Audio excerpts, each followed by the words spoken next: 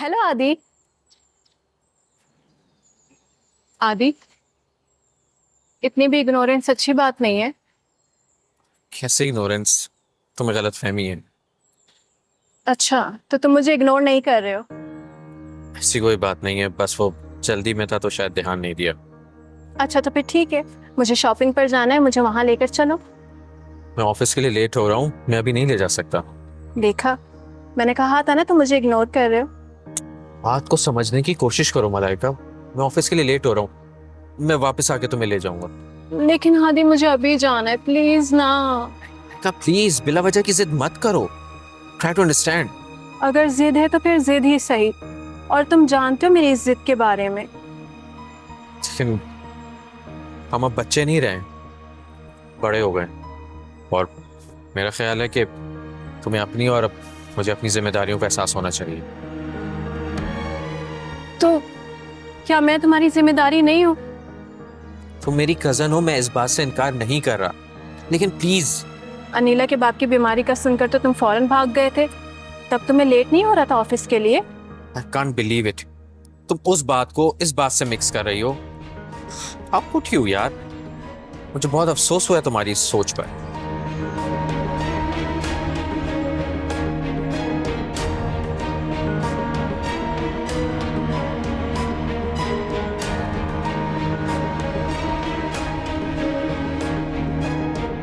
अच्छा, तुम ये बताओ कि तुमने वो गाड़ियों की एफआईआर तो कटवा दी है ना?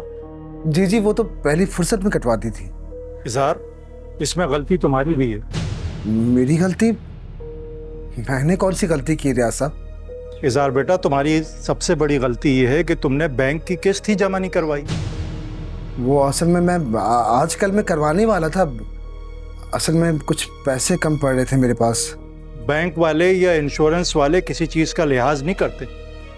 बस आप उसे मेरी नादानी समझे। देख लो कि तुम्हारी जो नादानी है वो रशीद को कहाँ ले गई।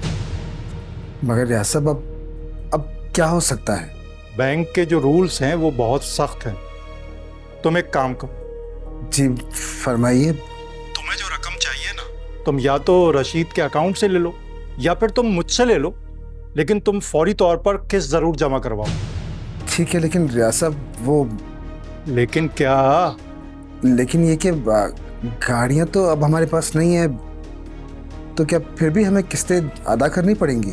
जाहिर है, वो तो हमें हर सूरत भरनी पड़ेंगी ना। जी ठीक है, खुदा हाफिज।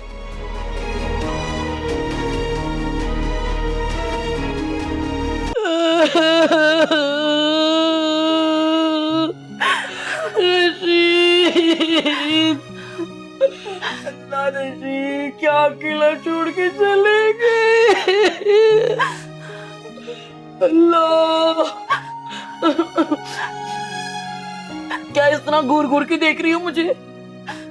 मैं देख रही हूँ कि कोई औरत इतनी जालिम भी हो सकती है क्या? क्यों मेरी अम्मा पर इस तरह के इल्जाम लगा रही हो छोटी अम्मी? ये तो तुम अपनी माँ से ही पूछो कि इसने क्या जुल्म किया है। मैं हक की बात करूंगी। मेरा दामन ना बिल्कुल साफ और शफाफ है, समझी? बकवास मत करो, तुम्हारे हाथ रशीद के खून से रंगे हुए हैं। तुम ना ज्यादती कर रही हो, इल्जाम तराशी कर रही हो मुझ पर। शगुफ्ता, बाज आ जाओ। ये इल्जाम नहीं, हकीकत है, हकीकत। क्या तुम अब भी इस बात से इनकार करती हो कि सरफराज साहब से तुम्हारा राब्ता है? छोटी अम्मी, कुछ तो खुदा का खौफ करे। मेरी अम्मा बेवकी का दुख बर्दाश्त कर रही हैं। तुम अभी बच्ची हो, तुम्हें नहीं पता कि तुम्हारी माँ क्या खेल खेल रही है। हाँ, तो खेल क्या सिर्फ तुम खेल सकती हो? अच्छा, तो लगे हाथों ये भी बता दो कि तुमने रात को रशीद से ऐसा क्या कहा कि वो अपनी जान से हाथ धो बैठे? मैंने कुछ नहीं कहा था। मैं तो उसको देखने, बल्कि उनको दवाई देने के लिए गई थी।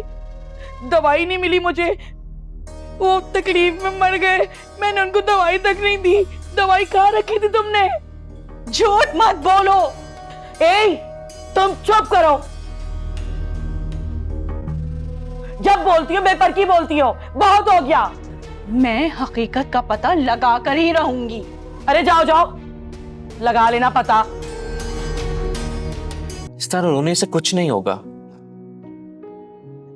हमें चाहिए कि हम रशीद अंकल की मगफिरत की दुआ करें। सब्र करो बेटा, हर इंसान को ये वक्त देखना है। आदि सही कह रहा है, इस वक्त हमें तुम्हारे अब्बू की मगफिरत के लिए दुआ करनी चाहिए। जी यकीन नहीं हो रहा।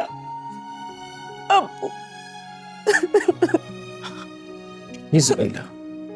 बेटा, उनकी तबीयत तो पहले से खराब थी ना, हम जानते थे कि उन्हें अटैक हुआ है। यार मेरा ख्याल है हमें अनीला को कुछ देर और रो लेने देना चाहिए। इसका दिल का गुबार हल्का हो जाएगा।